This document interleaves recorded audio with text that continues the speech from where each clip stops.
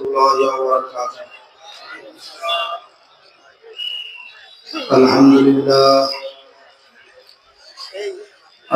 لله نحمده ونستعينه ونستغفره ونؤمن به ونتوكل عليه ونعوذ بالله من شرور أنفسنا ومن سيئات أعمالنا. من يهده الله فلا مضل له ومن يضلله فلا هادي له. ونشهد أن لا إله إلا الله ونشهد أن محمدا عبده ورسوله. أما بعد أعوذ بالله من الشيطان الرجيم. بسم الله الرحمن الرحيم. إن الله وملائكته يصلون على النبي يا أيها الذين آمنوا صلوا عليه وسلموا تسليما. محمد اللهم صل على وحبيبنا مولانا محمد صلى الله عليه وعلى آله وأصحابه وبارك وسلم. اللهم صل على وشفيعنا وحبيبنا مولانا محمد صلى الله عليه وأصحابه وبارك وسلم. اللهم صل على سيدنا ونبينا وشفيعنا وحبيبنا مولانا محمد صلى الله عليه وعلى آله وأصحابه وبارك وسلم. أعوذ بالله من الشيطان الرجيم. بسم الله الرحمن الرحيم. قال الله تعالى في كلامه المجيد والفرقان الحميد. ألف لام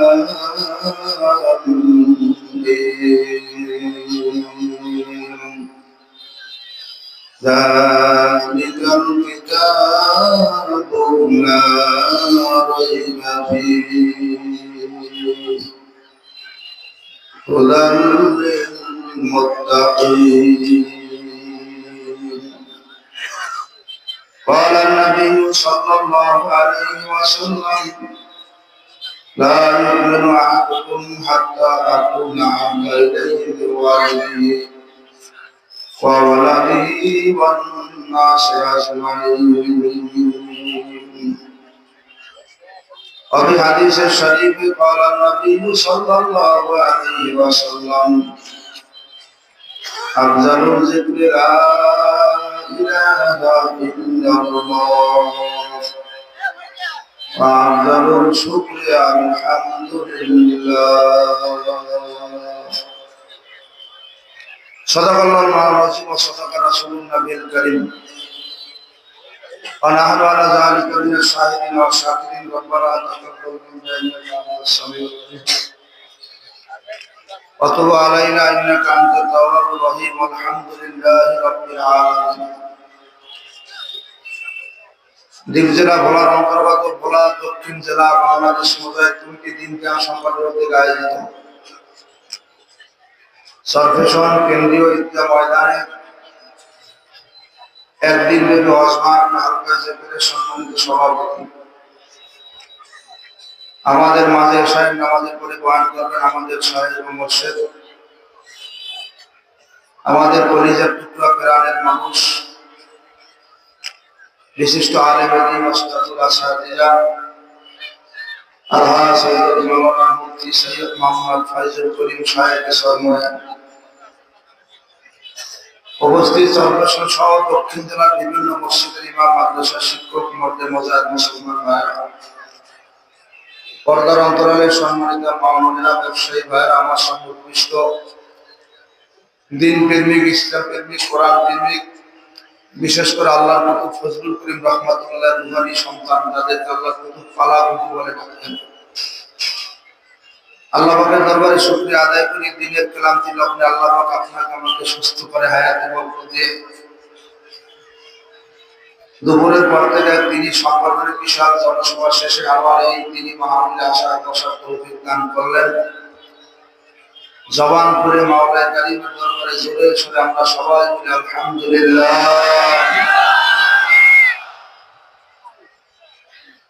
ভাইরা, আসলে আমরা দুনিয়াতে কেন আসলাম? আমাদের গন্তব্য কোথায়? কে কোথায় যাব? আসলে তো দুনিয়াতে কেউই থাকতে পারবো না, যারা ছিল কেউই নাই। আমরা যারা আছি আমরাও থাকতে পারবো না।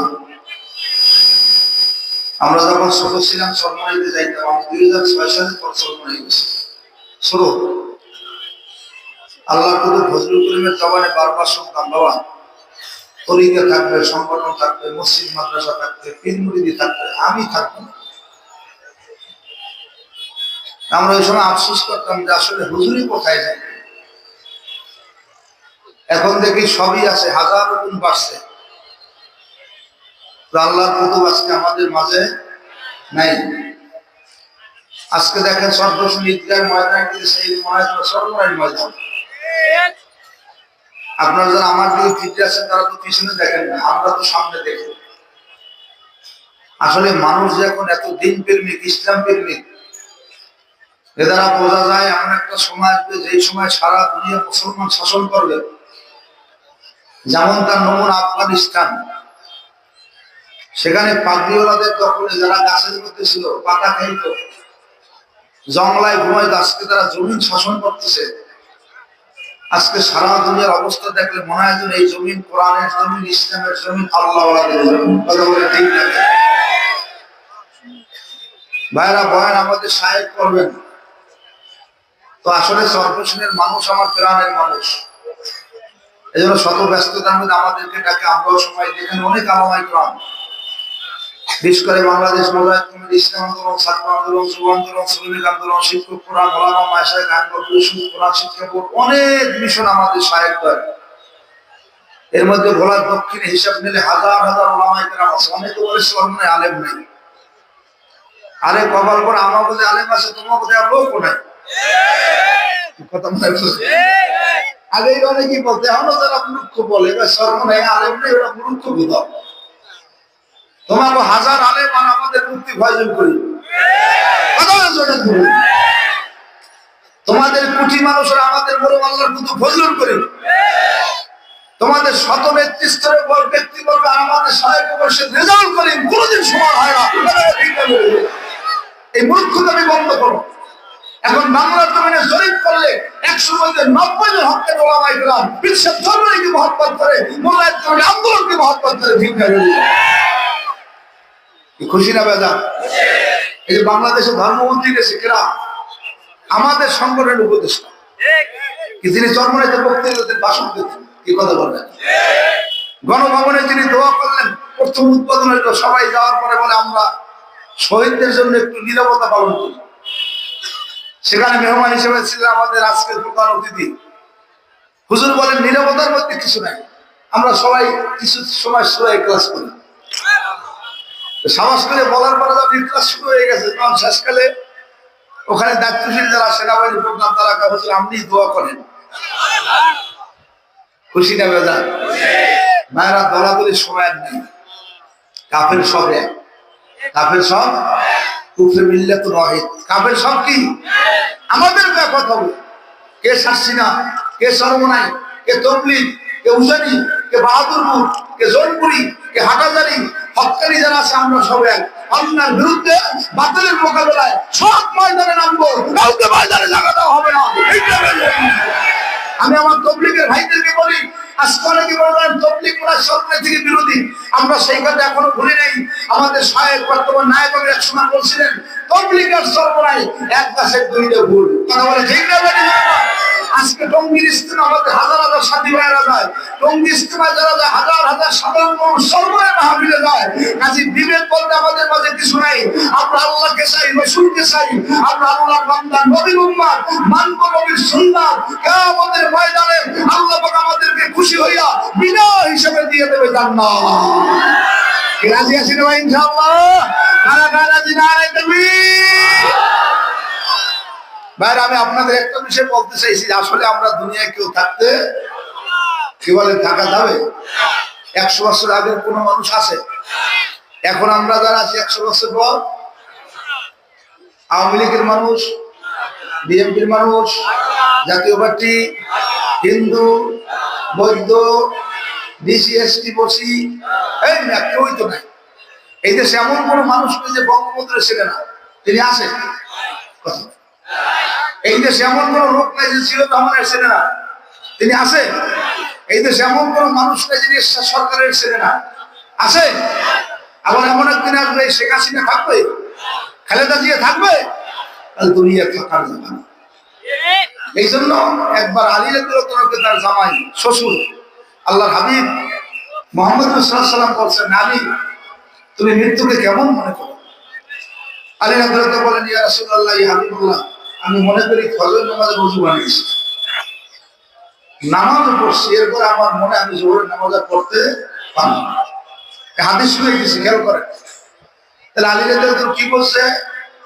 মৃত্যু ফজর থেকে জোহর পর্যন্ত নাকি এই সময়?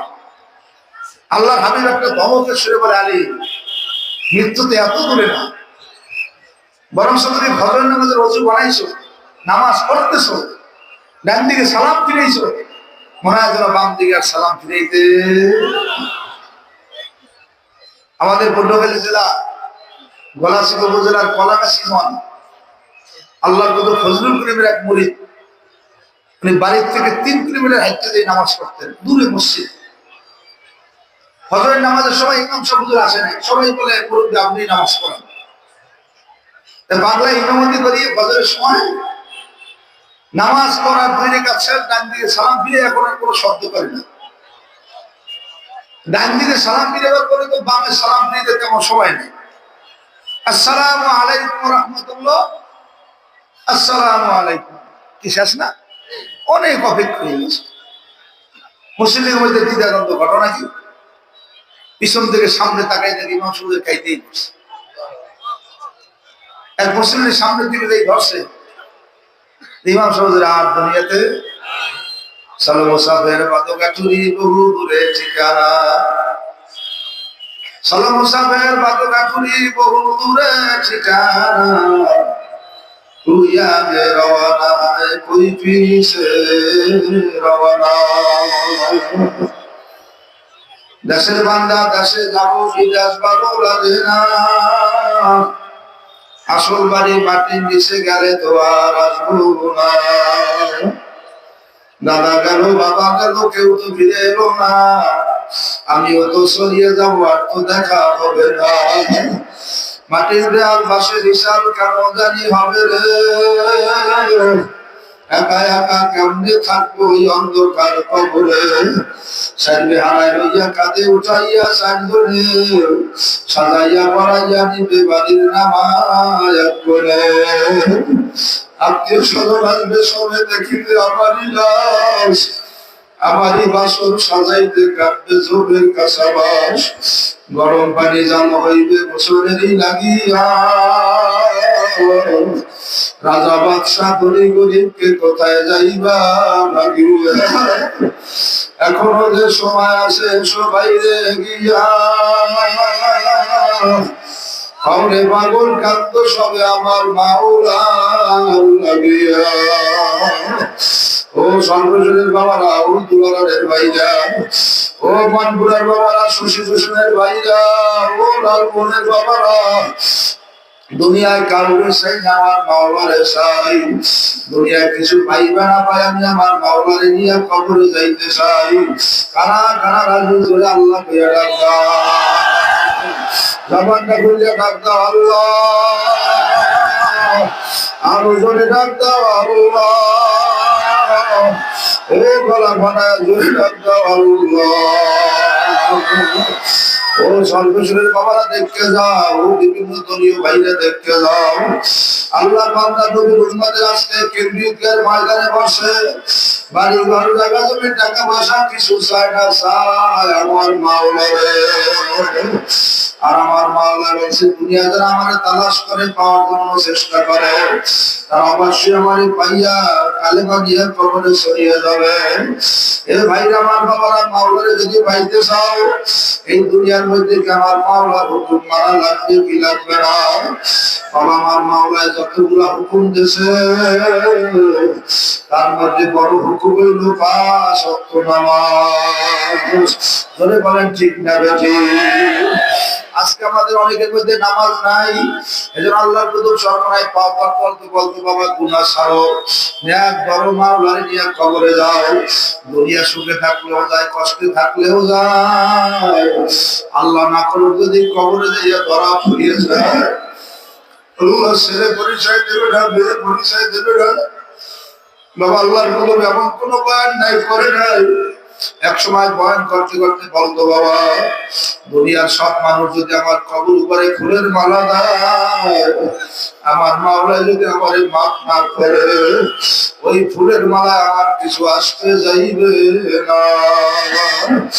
আর দুনিয়ার সব মানুষ যদি আমার কবর উপরে সুগার মালাও দেয় আল্লাহ, আর আমার মাওলা যদি আমি ফজলুল করিমের মাফ করিয়া দেয়,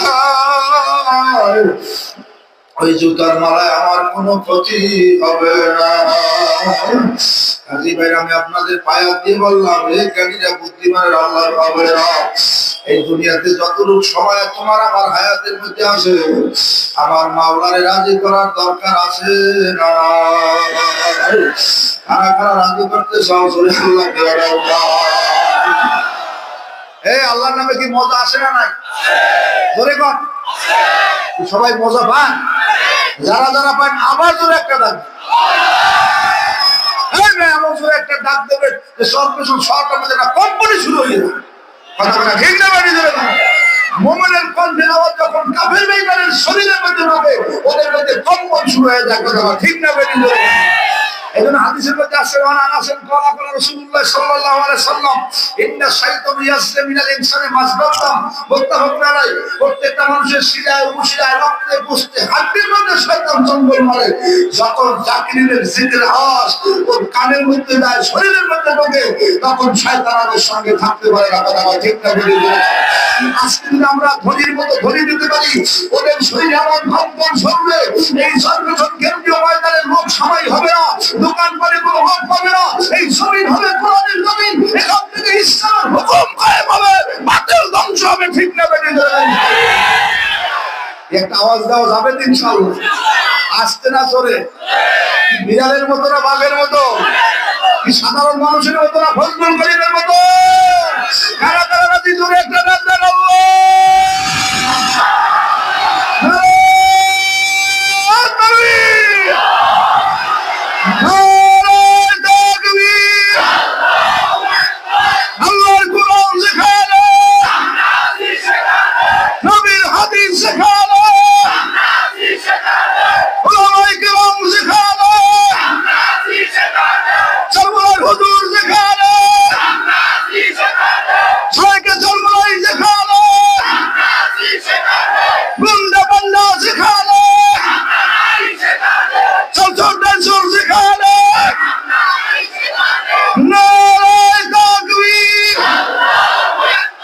খুশি না বেদা? একটা লারা পড়ছে চলবে ওরা আব্বা না আপনাদের কলিজে পর্যন্ত দাওয়াত পুষছে গেছে। কথাটা ঠিক না? ভাইয়ের আমার বাবারা, কোরআন এমন এক জিনিস অন্ধকারকে আলো বানায়। এই গতকালকে এখানে কেমন সময় ছিল? আগামীকাল কেউ থাকবে? আজকে এখানে ডালচরের মানুষ উকরিমুখীর মানুষ, আব্দুল্লাহপুরের মানুষ, আইসার মানুষ, লেপ্তার মানুষ, মানপুরার মানুষ, সেই প্রত্যন্ত গ্রামগঞ্জ থেকে লোক আসছে। যাও বলে কোরআনের মহাব্বতে দৌড়াইতেছি, কথা ঠিক না বলি। আর কোরআনের মহাব্বতে যারা দৌড়ায় তার সিনের মধ্যে আমার আল্লাহ তার মহাব্বত ঢুকে যায়, কথা ঠিক না বলি। আর আল্লাহ বলে যার সিনের মধ্যে আমার মহাব্বত, ওকে হেফাজত করার মালিক কে?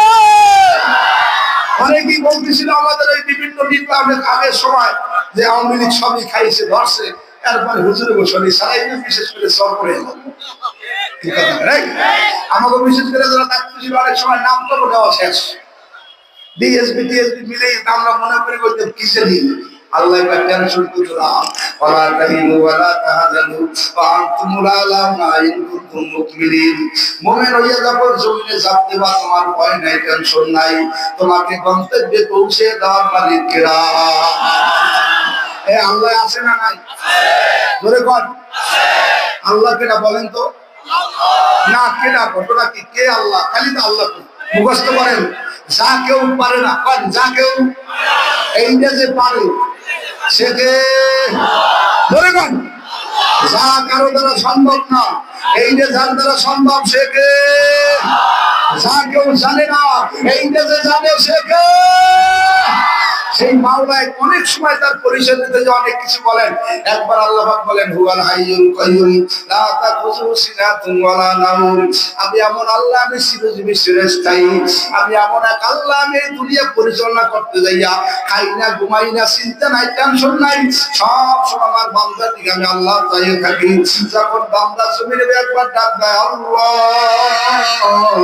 আমার মাওলায় বলে লাব্বাইকে, আপনি বান্দা আমারে উলাওকা। এবার আমার মাওলা কেমন কেমনে বুঝাবো? নবী নূহ আলাইহিস সালাম যখন জাহাজ ছাড়িয়ে দিলেন, তার ছেলে কেনান বেঈমান, ওই সময় নবী নূহ আলাইহিস সালামের কাফেলা যাওয়ার জন্য এক বুড়ি বলে বাবা নূহ, আমি কিন্তু তোমার দলে যোগ দিছি। কেতাবের মধ্যে ঘটনা আসছে, বাবা নূহ আমি কিন্তু মুসলমান হয়ে গেছি। বাবা তুমি কবে জাহাজের মধ্যে আমার তো জানা নাই, তবে বাবা তুমি যখন যাবা, তুমি যাওয়ার সময় আমাকে খবর দিয়ে নিয়ে যাইও। নবী নূহ আলাইহিস সালাম তারা হুলে সব সামান নিয়া গাড়ি নিয়ে জোড়ায় জোড়ায় মাকলুক নিয়ে জাহাজের মধ্যে উঠিয়ে গেলেন। নবী নূহ আলাইহিস সালামের পুরীর কথা মনে নাই, বন্যা শুরু হয়ে গেল, দীর্ঘ 6 মাস ব্যাপী বন্যা, গজবের বন্যা, সর্বন্ড বন্যা, শূন্য বিষণ্ণ হয়ে গেল।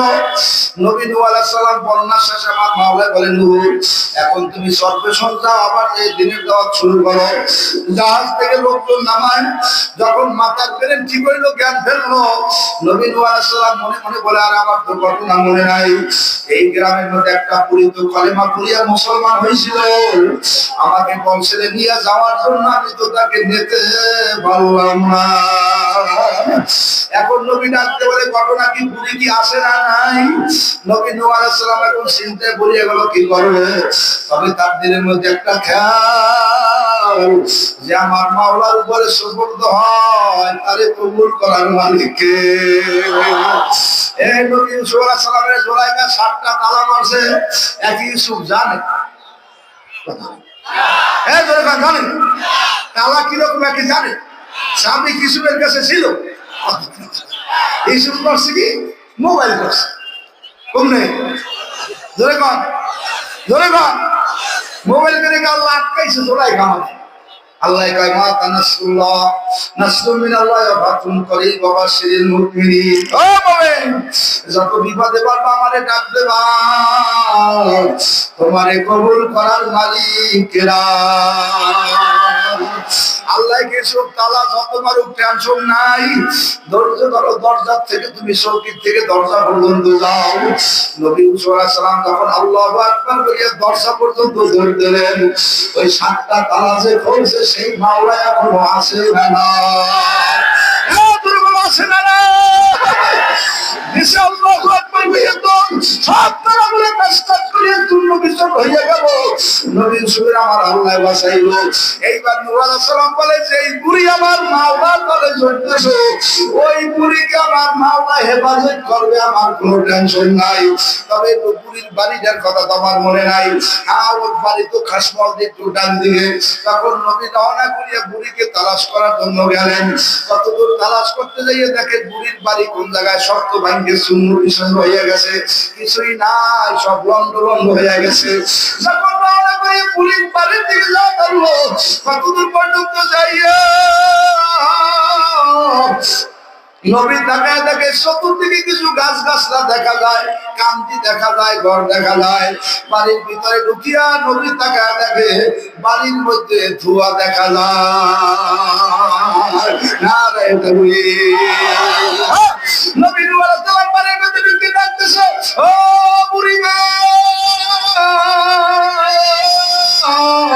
ও পদ্মার মধ্যে মাগো শোনো, ও সর্বেশ্বরের মা শোনো, মাইকের দিকে কান লাগাও। আজ আমাদের শায়েখ ফয়জুল করি ভাই ও সর্বেশ্বরের বাবারা, শুরু করা বয়ান শোনা লাগবে না, মুড়ি দেওয়া লাগবে না, হাত পাকা করা লাগবে না, আন্দোলন করা লাগবে না। ওই রাস্তার কোনায় তারা একটু ফয়জুল করিমের চেহারা দেখে যাইও। আল্লাহ বলি আল্লাহ না,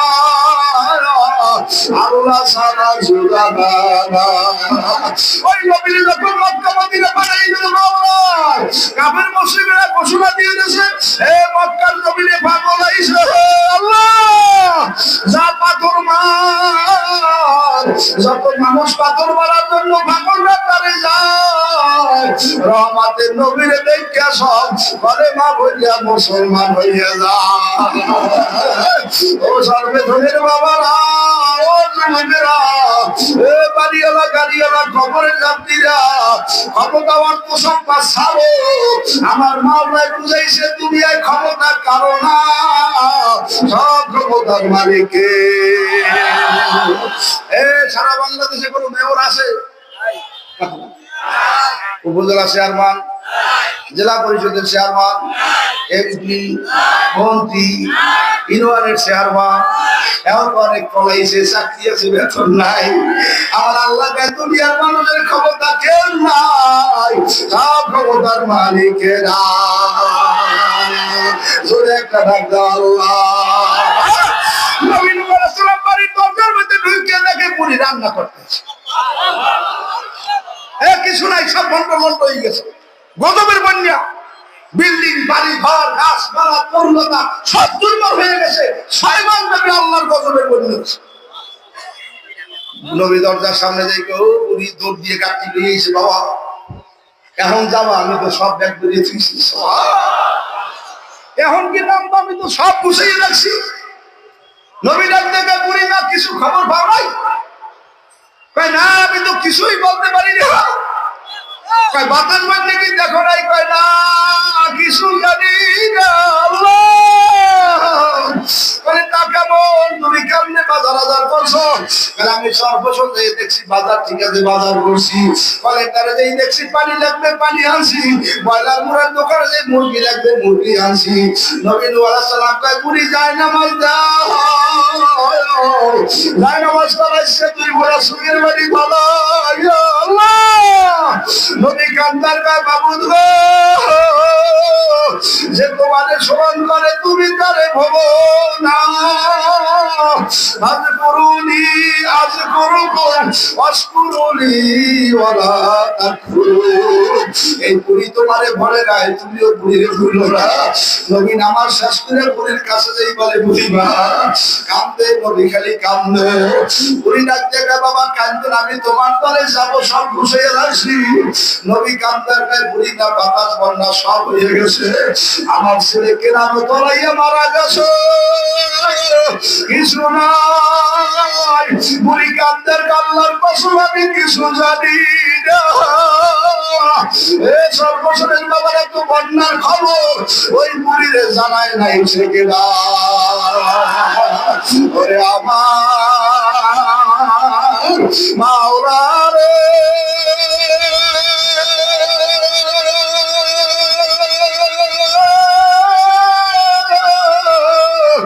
আমার দয়ার মাসুম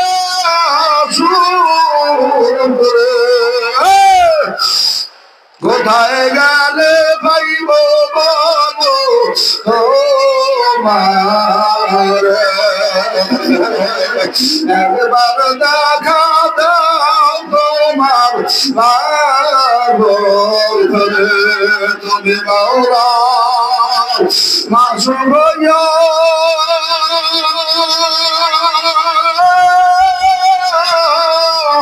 মোদের আশেক বানায়া,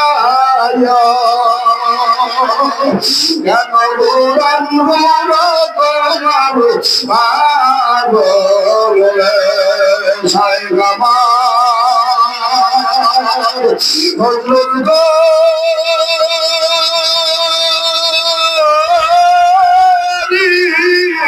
মাওলানা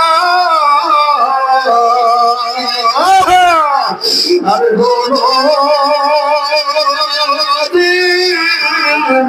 চলবে চলে আজ না কোন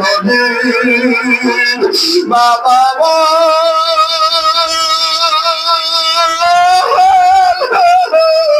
ডাকবে না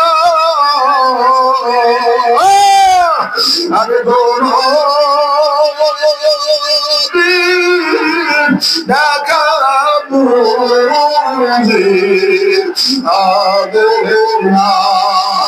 দিল দিল দেখা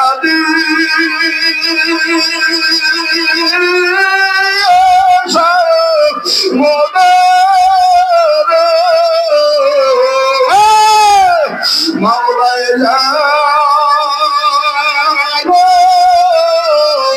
মাপ কইরা সবাই কত পুরান সুখে বাড়ি, কত জোয়ানের সুখে বাড়ি, কত ফজল করিমের ফলা ঘুমো সুখে বাড়ি,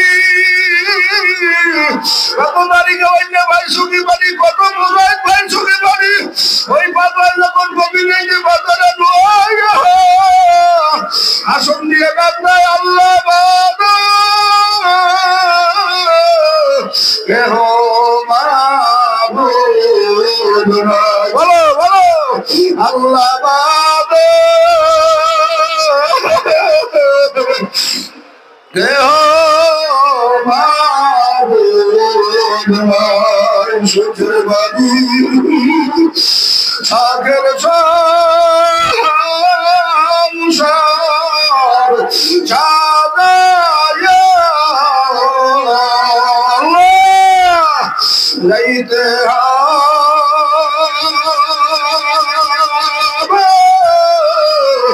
এই সব কিছু ছাড়িয়া আসতে আমার থাকবে